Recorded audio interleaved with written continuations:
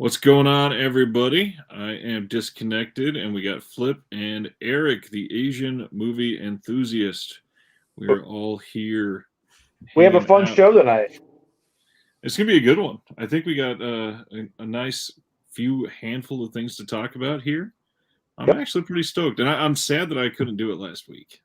I was pretty sad too, but I gotta tell you, I watched like 5 movies that night, so You're it welcome. was. So thank you. Um, I did miss doing it last week, but man, do you guys want? I don't know if you two have seen it, but you guys want to talk about Dune? I have not seen it. I have not seen it. You could talk Okay. about it. I mean, there's not really a spoiler because there's nothing happens at the end of that movie. It just cuts What's to going on, black. Sardis? Yeah, Hey, Dune's Jeff. good. Dune is really good. It's weird watching it. I'm blown away visually. I think it looks great. It's better than any Star Wars movie ever. I'm not saying that to me. I mean that with all my heart. Star Wars sucks. And but there's something about it that feels very much like a Marvel movie to where I don't think I'll go back to it like anytime soon. I know a couple people, a couple friends that are like, dude, I rewatched it right away. And I'm like, how? Like there are parts in that movie that drag a little bit, but it was a good experience. I watched it with my wife at home. We didn't watch it in IMAX or anything, but yeah, visually it's great. The acting's great. What's going on, Dave? It's just I think I wrote on my letterbox review that I think I said I don't know why this is getting compared to Star Wars. This has managed to do something Star Wars has never done, and that's be a good film. So I think the biggest complaint I've heard about it so far is that it's a 2-hour trailer for the next movie. Dude, okay, so me and like the part where it cuts off, like right before it cuts off, is when you get really engaged to like the actual story of what's happening. And me and Taylor were like hooked on these people, and there's some twists, that like he has a vision of something, and a different outcome happens in real life, and we're like hooked on it, and then it just cuts to black, and it shows literally a split second of someone riding a worm. I think they even call it like desert style. They're like, "Oh, look, desert style," and then it just cuts, and we were like, "There's got to be an after credits scene or something."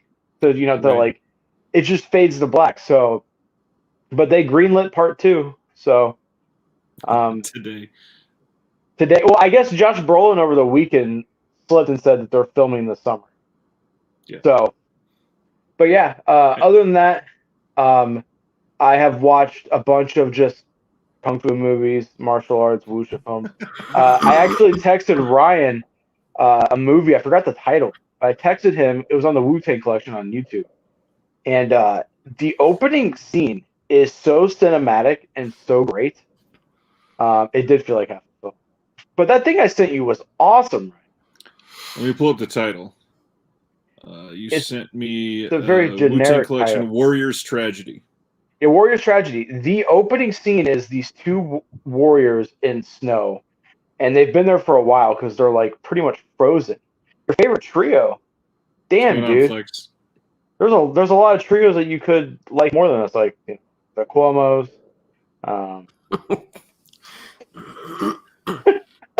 No, but it's a really cool opening where it's these two warriors that they've been standing in the snow. They're covered in snow. One of them can't move his hand.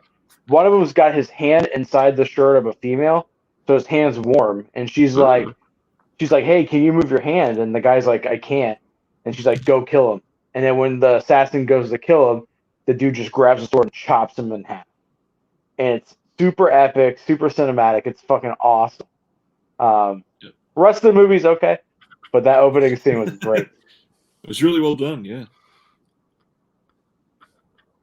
My watch list for the last 2 weeks is really sad because most of my time was spent on vacation, and during my entire vacation, the only thing I watched while we were in Arizona was Halloween Kills.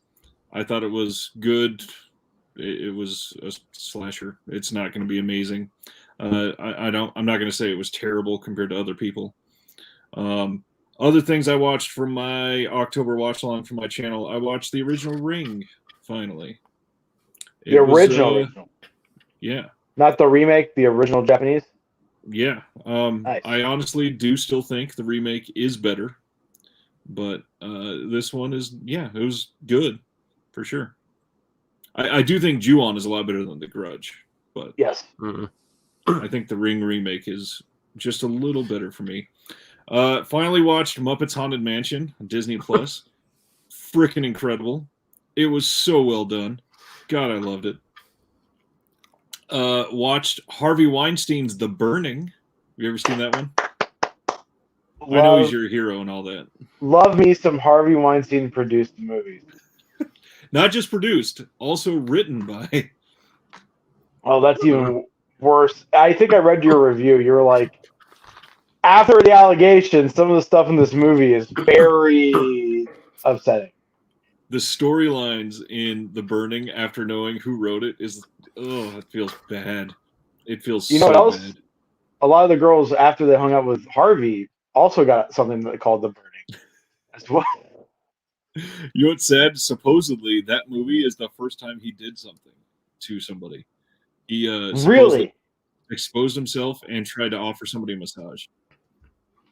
I went down a Harvey Weinstein rabbit hole about 2 weeks ago. And apparently towards the end, he couldn't even get hard. He couldn't even get erect. So he was just like, let me eat you. And all that being Harvey said, Weinstein. the movie is surprisingly good. I followed that up with I have a director coming on my channel next week, Lucky Cerruti, who is a indie horror director who made a movie called Freak that won all kinds of awards at a bunch of festivals last year. And main reason that he won all kinds of awards is the antagonist in the film, I guess you would call it, is a fully in-person, completely prosthetic puppet that they made that is done so well. It is creepy as hell looking. And the coolest part is if you watch some of the behind the scenes, they created it like a backpack kind of that goes on your front, and it emerges from this guy's chest, and he holds the top half, and then a lady would walk behind him and move the arms. And it's so well done and jerky when he moves. But yeah, Freak is great. And it oddly paired very well with The Burning. And then last night I watched Jess Franco's Bloody Moon, and my life would have been better if I didn't. Eric, what have you been watching besides our topic tonight? I also saw Halloween Kills. I liked the death scenes, and there were a lot of them. You know what I mean? In terms of generic slasher fare, it was enough to hold my interest, even though the script was kind of dodgy. Oh no! That's a bad movie. Terrifying. What Amike is worse. I watched Raging Fire, of course, and then I've actually been digging into some K-dramas and J-dramas again, getting on that streak. So I saw a few good ones. There's one I'm in the middle of called Be Melodramatic, which is like a romantic comedy drama with the actress from The Wailing as the lead actress in it. Oh, interesting. It's really good for, even people who don't like rom-coms might like it because it's more grounded. So I'm starting to get on that streak already. There's a new Korean show on Netflix called My Name. Yeah, I saw it's that. Like an action. Is it good? Yeah, I liked it. Extremely cliche and predictable, but it's good quality. There's also a Chinese drama that I started. Untamed, I think.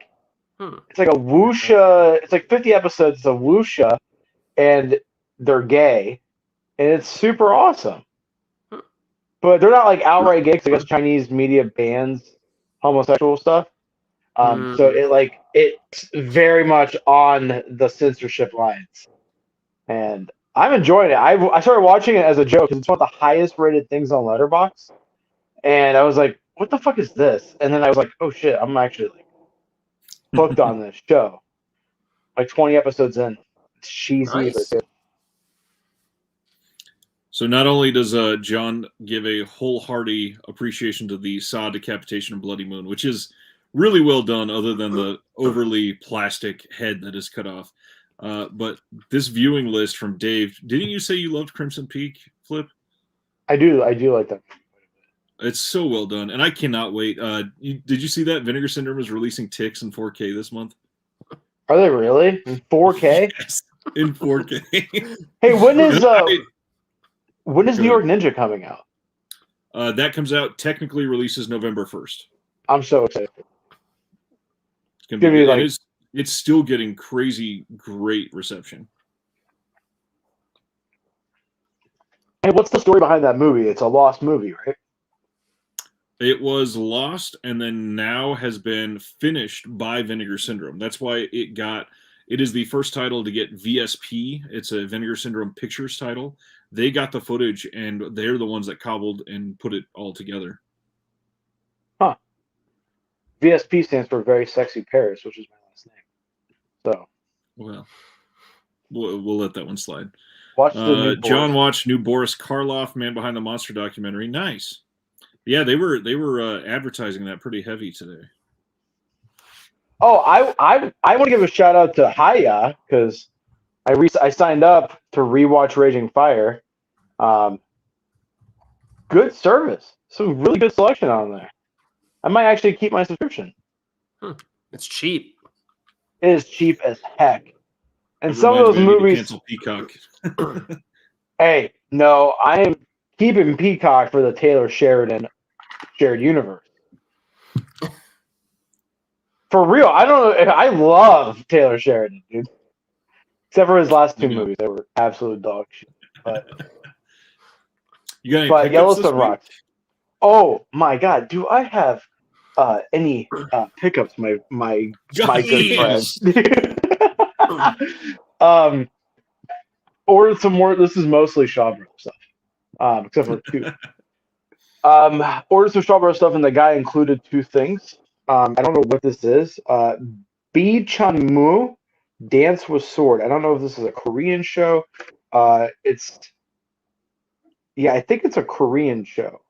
Or no, it says Chinese. I don't know. It's based on something. I don't know. Some kind of Asians with swords, which is what I like.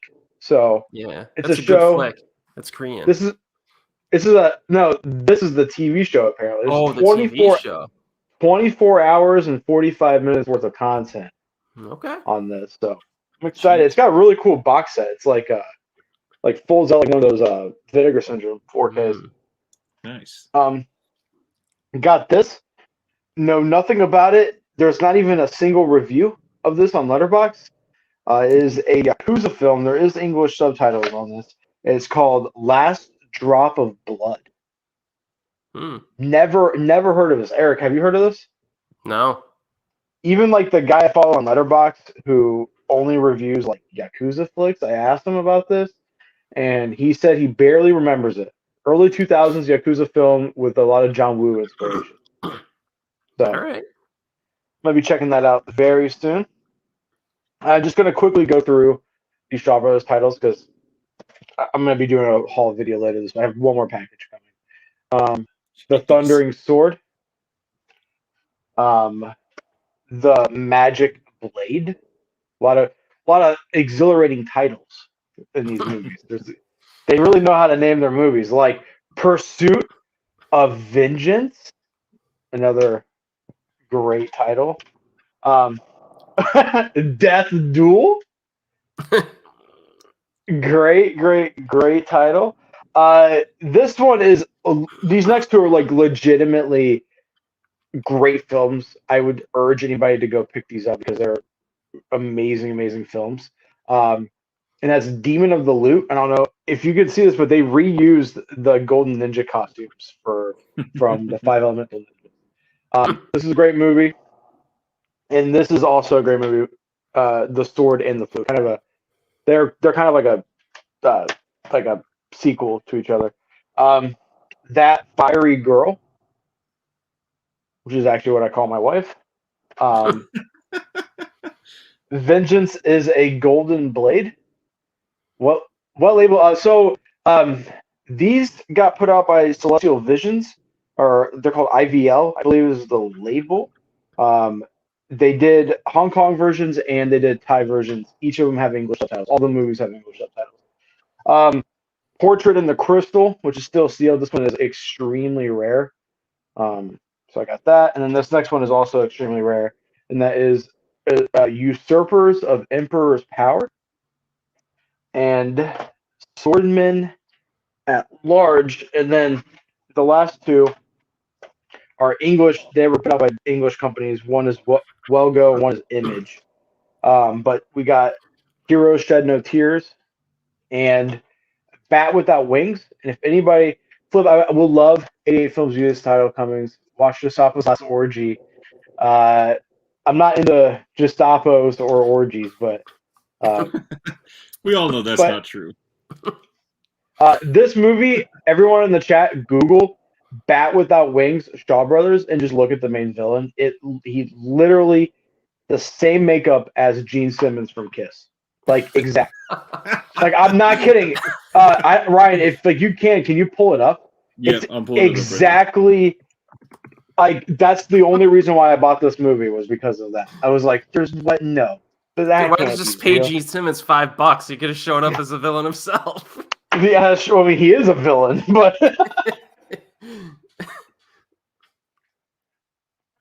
yeah, there he is. There he is. That's literally the guy from the movie. It's so funny.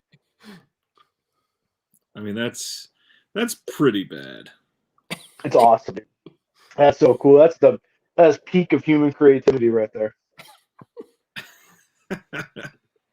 No, Eric, but you any pickups you wanted to share?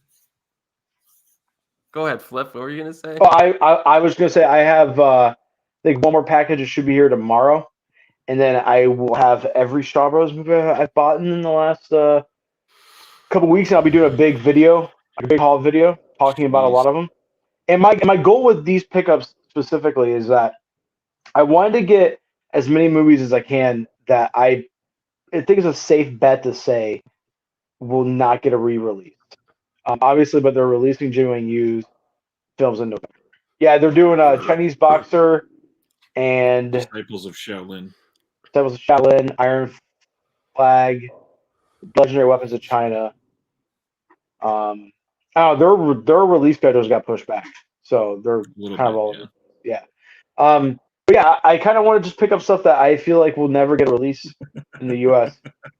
Does he have high heel boots on? He has an outfit. He's got a full on outfit. Because if like you look at what's getting picked up by 88 and Arrow, it's pretty safe to say anything that Dragon Dynasty had is going to be getting a Blu-ray release. So that means we still have, Kid with Golden Arm. We still have a lot of Venom Mob films, and I feel like they're going to be leaning heavy towards the kung fu stuff, and a lot of the wuxia films, which is a lot of what this is, a lot of sword-based play films, and I have a couple gangster films actually that are supposed to come too. Are probably never going to get a Blu-ray release. So I picked these up, and they're all English friendly. That's my haul. Oh, I got Sabata, but it's in the living room. Nice, great release. Yeah, I picked up actually too many to show. I picked up a bunch of. I had like Amazon gift certificates. So before the Criterion sale, unfortunately, but I made a big purchase of Criterion box sets on Amazon, but I basically got for free with the gift certificates, and they're basically all of the like Eclipse box sets on DVD from like Japanese classics. So here's an example of one. So it'd be like When Horror Came to Shochiku, you know what I mean, as being an example of I got like 8 of them. So I'm very excited to go through because I was making top 10 lists of certain directors for a while, and I stopped to do other stuff, and I'm going to start that up again next year. So I'm going to watch and review more Japanese classics again next year. So I'm getting back on that train. And then in anticipation for Samurai Guys versus tomorrow, I got this release of The Thing, Blu-ray release. Which I don't have that on Blu-ray. And then I got this set. It's the Fly collection. Very nice set. Yeah, that one has this one has the Fly, the original, Return of the Fly, Curse of the Fly, and then you got the Fly from the 80s and the Fly 2 from the 80s, all in here with a bunch of commentaries and stuff. So I'm gonna have to chew through these sets over the next day or two. Got a few Bava films because I'm starting to collect Bava films on Blu-ray. So I got the Whip in the Body. That's the Kino release. And then I got Kill Baby Kill as well. Ooh, good one. Which I rewatched this, and it's exceedingly beautiful. I can't believe how Bava lit his films. It's freaking ridiculous. And then finally, another one. I had to pick up Legend. So that's $25 right now. So I might. Watch. Is that a good movie? Should I buy it for $25? I mean, honestly, I do think it's worth it. Yeah, some people might complain about the scripting, maybe some of the acting, but I think from a production value standpoint, it's my favorite fantasy film from production value standpoint. Really? Yeah. Now, Eric, with the Eclipse sets, did you get Nikkatsu Noir? Yeah. That's such a fucking great box set. Colt is my passport. Is Rusty Knife on that one? I think so, yeah. Yeah, God, that's such a good set. Ryan, if you don't have that, I would suggest get it. I don't think I do.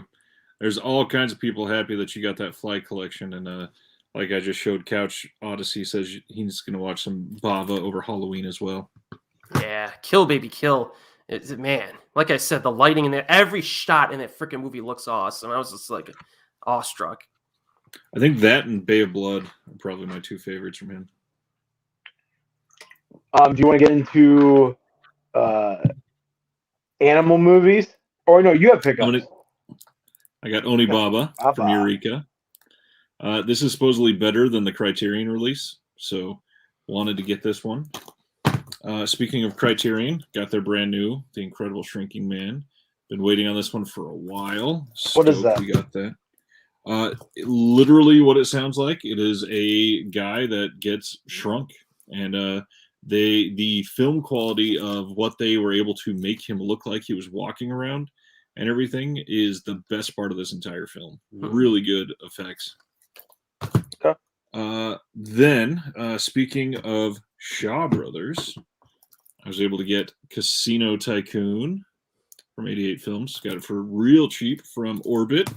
And then another Asian film. I got Dragons Forever from 88. Hell yeah, this dude. Is their hardbox steelbook release. And then the last big boy for the week is the Zhang Yimou set. And this set, this is massive. And taking the huge lid off of this thing, look at this. Such a good box set for like an Al Addison type director, really.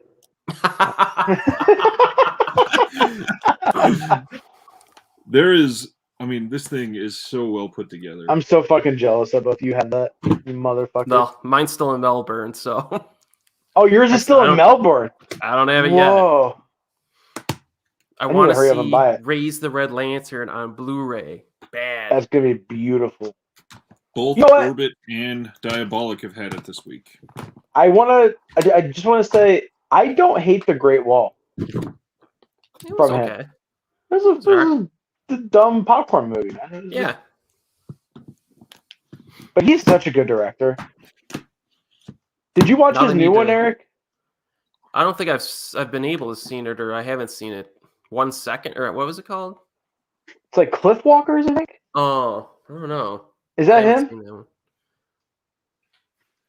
He's just so good. Like he really is like one of the goats. He is the Tom Brady of Chinese. Nice pickups, Jeff. Onibaba's great. I'm a big fan of that movie. And how is the Eureka set better? Supposedly, there are features on here that the Criterion doesn't have. This is brand new 1080p full-length audio commentary by the director and star, video intro by Alex Cox, collection of 8mm footage shot on location by the lead actor, English subs, original trailer, 36-page booklet, And English translation of the original short Buddhist fable that inspired the film. I'm not sure, but supposedly it is better Well, overall. I mean, I'm gonna believe that because Criterion sucks. Unless they want to sponsor me. It does say that Zhang Yimou is the one that directed Cliff Walkers. Yes, I think that's his newest movie. There's still more of his stuff Yeah. needs a release. He made some other really good movies. Not One Less is one of my favorites, and that needs a blue release. So maybe if this one sells well, maybe they release another set of some other stuff. He has How many movies did he do with Jet Li? I was just gonna say, how many movies did he do with Jet Li? Because maybe they could do a Zhang Yimou Jet Li little mini box. Maybe. He's done at least. He's got one listed as coming out in July of this year called Juji Shao. He's still working too. He's got one in production after that too. Does he really? Yeah. Huh. I mean, I saw The Great Wall in theaters, and was honestly I really liked the spectacle. I thought it looked great. But compared to his other stuff, it's like he got hit in the head and got forced to make a movie before Concussion was finished. And then he turns around and does Shadow, which we'll talk about later, and that is a fucking brilliant movie. So, you guys want to get into the topic? Me and you? Absolutely. Yeah. Eric is going to throw in opinions throughout, I'm sure. Yes. So, do you want to go first? Do you want to do an animal movie? Sure, I'll go first. First, I wanted to shed light on the obvious classics, because when we're sharing these five, we didn't really say like 5 favorite or 5 best or anything like that. It's just 5 to introduce a genre. And obviously, when you're talking about animal attacks, you can't really talk about this without mentioning Jaws. It is nearly a perfect film. In fact, I'd probably call it a perfect film. Yeah. Everything about Jaws is perfectly paced, incredible score, really well made. You can shut the hell up. Jaws is incredible. The other classic that I wanted to point out, I don't think we've talked about this one before, although I know you love this company, is Cujo. Cujo is really well made. That's a good movie. It is such a good movie, primarily because Dee Wallace is incredible in that movie. The other one that is sort of, I don't think I would ever truly suggest somebody watch this, but it is fun if you just have a dumb afternoon to waste. Shakma from Code Red, about this murderous baboon, is surprisingly decent. I love that cover. Good. And there's, let's see if I can show this. There's some really good work in the movie. Shakma it's fun. If you do like animal attacks, though, I would make that a deep cut. But the first one I am truly going to suggest is a semi-modern film that I don't know why, but it hit me really hard. And this might be cheating a little bit because only the second half is really an animal attacks movie. And that is the Adam Green movie Frozen. Some kids getting stuck on a ski lift, and then everybody goes home, and to get home, they literally launch themselves off of the ski lift, and they get attacked by wolves. And this is a harrowing film, and I love Adam Green. It's done really well. He came to town, and I got to meet him. I'm so glad. This is just one of my favorites. He is absolutely nice, super humble, acts like all of his stuff is just awful, and why are you guys wasting time? And yeah. So for my movies, I'm doing Wuxia film, and that is a pretty broad genre. I mean, if you look at some of the earliest silent Chinese films, would be considered Wuxia films by today's terminology. So I decided to do like a couple classics, and then a modern one that is really good, and then an absolute zany one that I actually want to talk about first because I watched it last night. and that is Holy Flame of the Martial World. And I don't know if you've seen this movie or not. Eric, have you seen this movie? Yeah. This movie is fucking bonkers. I don't know how else to describe what is happening on screen. The special effects are terrible. There's lasers flying out of swords. There's people becoming portraits in like carpets. It's a lot of fun though. This is a lot of heart. Is it a good movie? I don't know, but you'll never see something like this movie ever. Like this is like I put this on, knowing damn well that it was insane, like just insanity. And after it was over, I was like, "What the fuck did I just watch?" Because It has one of the like, it has one of the what? cutest, most adorable villains you'll ever see. Also, it's like an hour 23. It's like it's a breakneck speed, and everything. All this happens in this short amount of time, and you're just like, "Wait, it's fucking over!" Like it feels like a 15-minute movie just because so much craziness happens. So that's like the oddball, like the screwball pick is Holy Flame of the Martial World, and apparently that DVD is severely out of print. So if you can find it, pick it up. It's good. Maybe I should have talked more about Shakma. The next one I'm going to talk about is from Scorpion releasing, and I believe on sale currently through the Kino sale. And that is one that people that have watched my channel for a while have probably gotten tired of me talking about. And that's because I love the movie Baxter. Baxter is such a great movie. They call this a sociopathic bull terrier, and this dog is fucking insane. It is so much fun to watch. I don't know why, but I grew up watching this movie all the time. Really odd childhood memory. Baxter is crazy and probably added to some of my fear of dogs when I was younger that I don't have anymore, thankfully. But Baxter's really good, and the best part is not only is it like a really good animal attacks movie, it serves as a really good black comedy in a lot of different scenes. It is so much fun.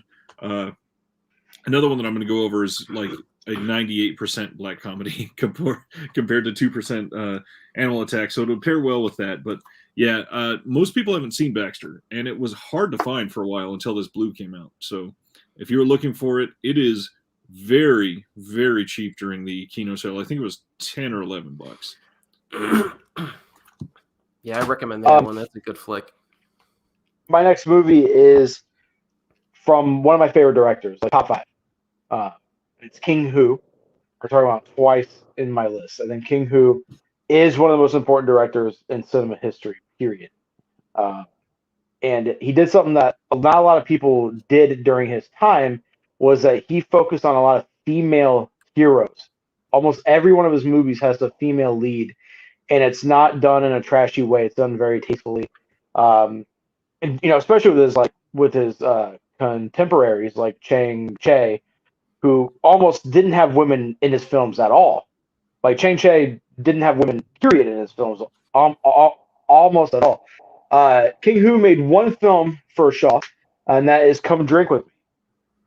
And if you have seen any Chinese movies or any Asian movies in general, and you go back and you watch this, you're going to see a lot of the tropes that we know today spawned from this movie. So if you do watch this with 2021, knowledge, you're going to go, "Oh, this movie's kind of boring or it's kind of cliche." Right. But at the time, it was groundbreaking.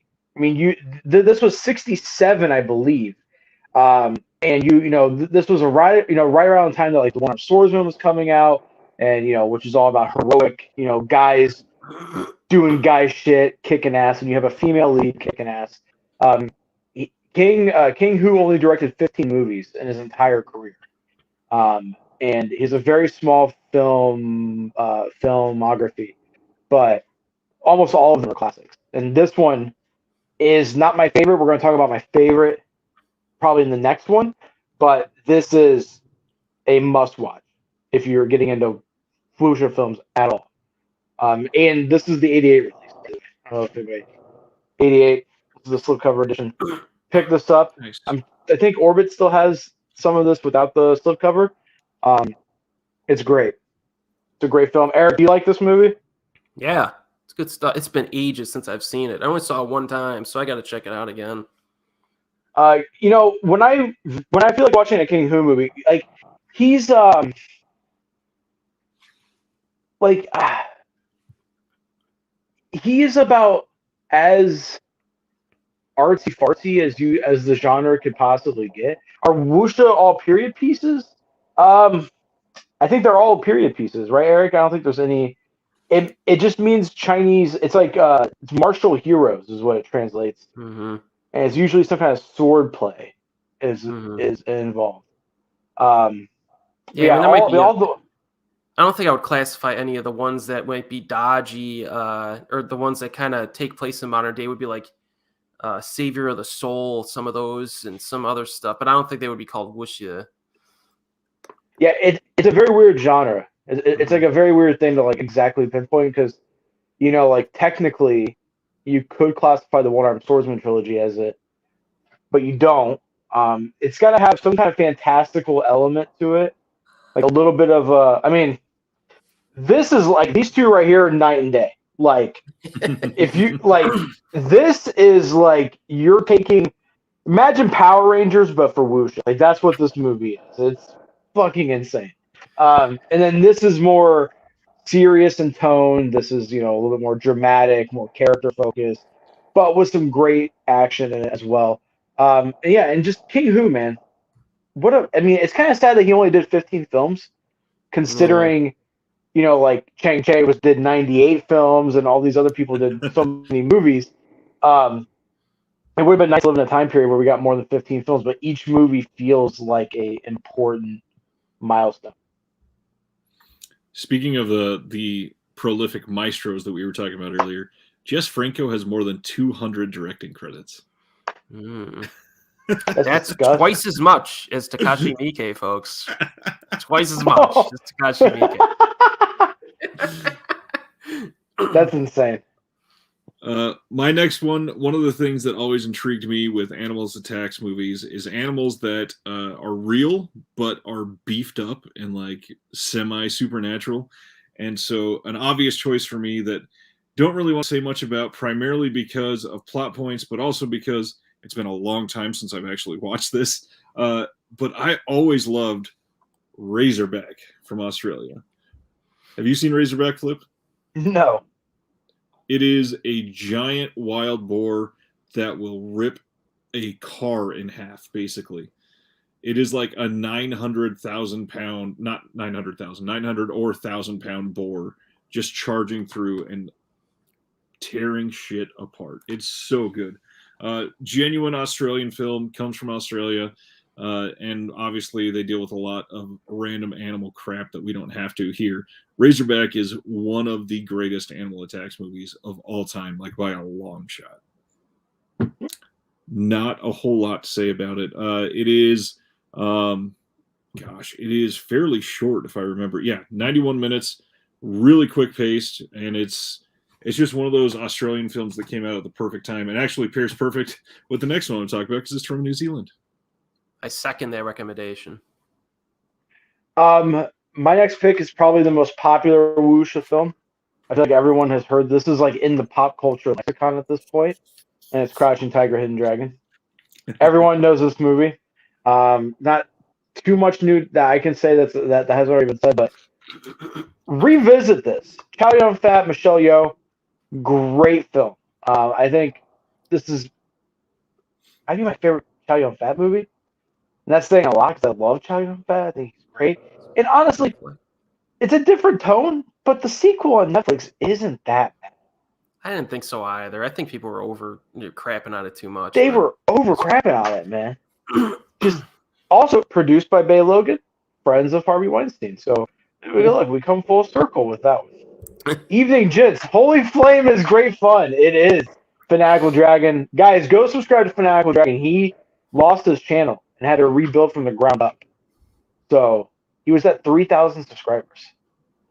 How's the picture quality? It looks good. I mean, it's the only version I have, but it does come with a Blu-ray. So if you just want to get it, you can get both copies right there.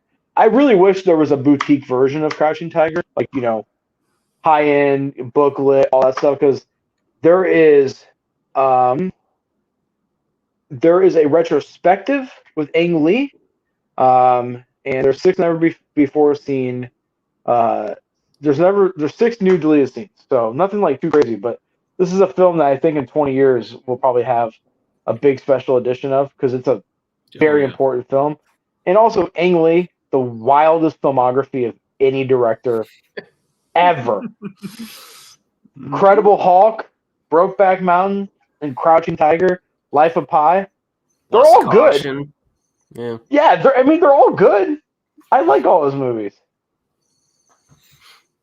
Hard Boiled is better.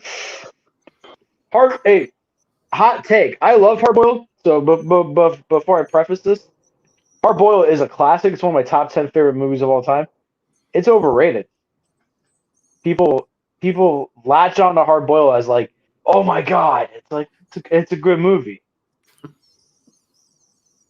Whatever you say, bro. Hey, I said it's one of my top 10 favorite movies of all time. The Raid 2 is better, but what? My fourth one is a New Zealand, primarily comedic effort, based around the idea of killer sheep. This is Black Sheep. Have you ever seen it? Yes, I love this movie, dude. Black Sheep is love fucking this incredible. movie. It is so much fun. I never thought I was going to see this on Blu-ray, and then Umbrella. I didn't know it was on Blu-ray. That's great. This is such a great film. This is one of those ones that you get like way too many snacks and stay up late watching this and just have one of the best nights of your life. It is so much fun with like essentially like zombie sheep attacking just random ass people and some of the funniest comedic situations you're ever going to see in a horror film. Wasn't that one of the Dimensions Extreme releases back in the day? I think it might have been. I think I had that on DVD. One of the later ones, yeah. I love that movie. Yes, Black Sheep is incredible. And by snacks, do you mean edibles? I've personally never taken edibles, so yes. I accidentally did. Not a good time. I wish I could now. I would probably benefit a lot. Dude, if I come down, do you want to get really fucked up on edibles and watch Black Sheep? Definitely not. Oh, yeah, you have a government job. You can't. Oh, man. Yeah. All right, well, how about I get really fucked up on edibles and you babysit? That sounds good. I'm just kidding. I'm sure I've told this story to you guys, but I was at a music festival. And someone goes, does anybody want brownies? And I was 400 pounds. And I go, I love brownies. And I ate a fucking bunch of brownies. And they were like, dude, no, that's edibles. And I was like, oh. Anyways, I took off all my clothes at one point because I was having a So it was a good night. It was a great night. I Another love that John King said this. Did you see this? He said Black Sheep shouldn't work, but it's really awesome. It shouldn't work. Yeah, it really shouldn't, but it's fucking hilarious. My next pick is a Criterion release, back when Criterion was good. And that is but that is a serious comment. You can put that on the record.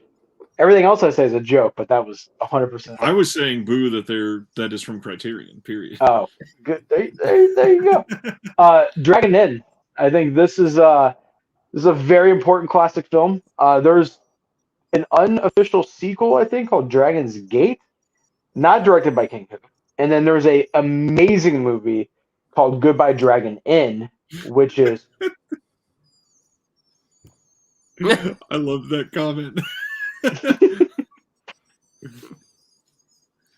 I can't imagine watching Rocky Horror in the theater while on acid. I couldn't imagine watching Star Wars, but sober. But yeah, there's a really good film called Goodbye Dragon Inn. Eric, have you seen Goodbye Dragon Inn? I think so, yeah. It's about this theater. It's their last night open, and they're playing Dragons Inn. And it's a beautiful film. But this movie is incredible. Another King Hu film, just superb. There's some humor parts in this. Like there's like very funny parts in this movie, There's a lot of tension, and then once things kind of explode, they explode fantastically, and just beautiful action sequences, beautifully shot. Feels like it's from another world. This film does, and it's just one of my all-time favorites. Another King Hu movie that Criterion put out, which is A Touch of Zen, which I would also highly recommend. But if I had to pick between the two, I would pick Dragon Inn. My fifth pick is I talked about Australia, then New Zealand, and this is about the Australia of the United States. And I had to go with a Florida set movie, and I'm going to go pretty modern. I think this is one of the best of this genre ever, and that is the movie Crawl. Crawl ended up incredible. It's about a family where a hurricane is coming into Florida and preparing to flood everything. And this, I believe she is in college and coming back to visit her family, and finds out that her dad is still at their house. And she goes to get him, and he had gotten, I think he hit his head or something like that, and he got stuck in their crawl space down below the house. And so she went down to get him. And as she's going to do that, you can see there are giant gators that start coming in. And it's really well done, surprisingly well done. Really good effects, decent CGI, good action, tension, genuine drama that makes you actually care about the family, which is rare in modern horror movies like this. And it super surprised me the year it came out. My last pick, Ryan actually is going to hold it up. And that's Shadow, which is the newest film on this list. I think 2019, right, Eric? It was like a few months before the pandemic. I think it was like mid 2019. Just an incredible film, directed by is it Jang Yimou? Is that how you pronounce his name? I think so. He said he wanted to make a film where the color palette was that of a Chinese water painting, and it's not black and white, but it's got this weird. I haven't seen it in a film ever up until this point, and it's like you still have earthy tones like of skin and stuff, but everything is like this washed out grayish black and white. It's gorgeous. It felt like watching a Shakespeare's play, like the way it was about like two lovers, and one of them's in hiding. One person's in hiding, and there's some backstabbing going on, and just fantastic story, fantastic fight scenes, but just some really creative moments. Like they have these umbrellas that are made out of blades, and they like slide down this like the main street of town while there's like arrows get fired at them, and it's just beautiful. And that 4K looks incredible.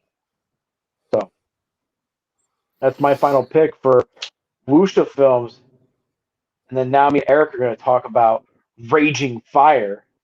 Before you get into that, Eric, what about you? What are some Wuxia films or Animal Attacks movies that you think would be in your top 5? Or if you have one that combines the two.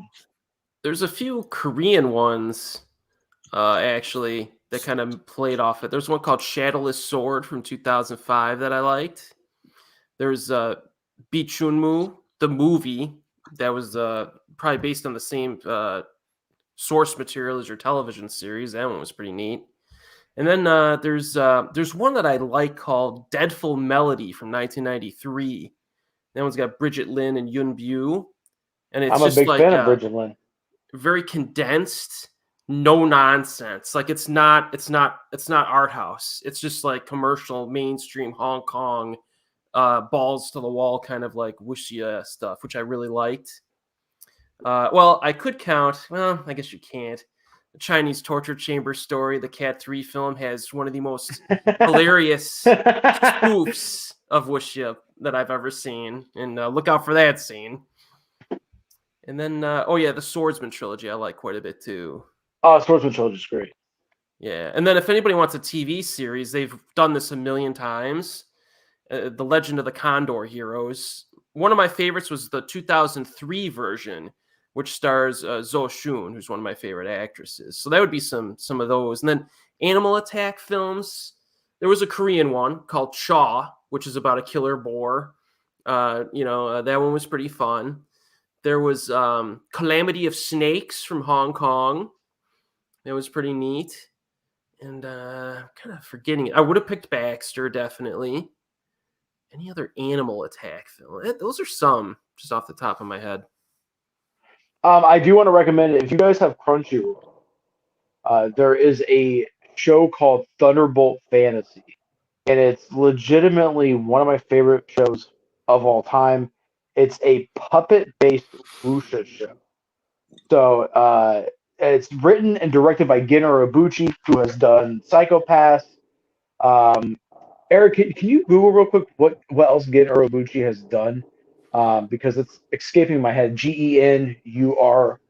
He's done the Fate series. That's the big thing that Oh, I like he's Fate done Zero a lot. yeah. So he's the guy who's written and directed that. This is like his passion project, and it doesn't seem to ever make money for them, but they keep funding another season. So we're getting, I think the original plan was for Gin to write 5 seasons worth of stuff, and they just greenlit the fourth. But it's literally puppet based. It's puppet based animation. So you have these beautiful puppets, and they're doing wuxia based combat. The story is really intricate and full of twists and turns and backstabs. There's 3 movies, 3 seasons, and then if you want that same style content, the production company in Taiwan, who I guess they only do puppet shows. Uh, they have a show on Netflix called Pili. It's Pili. It's like War of the Dragon, and it's a retelling of a random season of their television show. They've done like 30 seasons of the show called Pili, and yeah, it's been going on since like the 80s. Um, I guess puppetry is still really big in Taiwan, like to the point where they have TV shows that are just puppets, and that's how this started. Was Gen Urobuchi was on vacation and saw something on TV and was like, I want to do this, but with like I want to write and direct. No Love for Duel to the Death. It's a classic. Yes, all those are great as well. And Demon the Loot. Yep. Actually, Dragon, I showed off half of those in the pickup section of this video. But guys, I highly recommend Thunderbolt Fantasy, and it's not available physically with English friendly stuff on it. You can only get it on Crunchyroll with subtitles, and it's legitimately one of my favorite shows of all time. Yeah, I watched a few. I've seen a few Taiwanese puppetry movies. The names escape me, but the 2 or 3 that I saw were really cool. And then Gen also directed Madoka Magica, Yes. which if anyone wants an introduction to magical girl anime, it's phenomenal. I really enjoyed it. Okay, you said introduction. Well, I'm just saying, because if you don't want the cutesy, you want like the darker edge, entry point, right? Madoka Magica would be a good series, and the movie part 3 is one of the craziest anime films I've ever seen. Rebellion. He's a really good writer. Like, he is legitimately a great writer. He wrote that, but Thunderbolt I think is his magnum opus. Thunderbolt Fantasy considered tokusatsu. It's weird because the production is from Taiwan. Gen is from Japan, so it's weird. I would consider it a tokusatsu as well. I mean, why not? I mean, we did get this amazing Go Nagai show, Starfleet. If anybody wants another great puppet-based show, this is basically a tokusatsu. This show is great, by the way. This is the official U.S. release from Discotech, also known as X Bomber. Fucking great show. If anybody wants to pick this up, this is amazing. There was a phase where I oddly went through nothing but puppet shows and puppet-based movies. So yeah, it's different. It's interesting. Ice wants me to buy you this. No. No. But let's talk about Raging Fire before my phone does die. It did say 10% just now, but oh jeez. What do you and I started it with 85%, so this stream is taking up battery. Which means you only got a couple minutes. I got about 10. Eric, what'd you think of Raging Fire? I really enjoyed it. I thought it was pretty nicely spaced out action, good quality action, pretty basic story. But I think Nicholas Che makes a very entertaining villain He helps to like pull the movie through. And I don't know. It's just there's not a lot of fat in the movie. The only useless character was the wife character, and they don't even spend much time on her. So I was pretty much thoroughly engaged. The first time I watched it, I was like, "This is the best Betty Chan movie," which I don't think that's true anymore. I do like Betty Chan quite a bit. I will say this is my favorite non-Ip Man Donnie Yen film.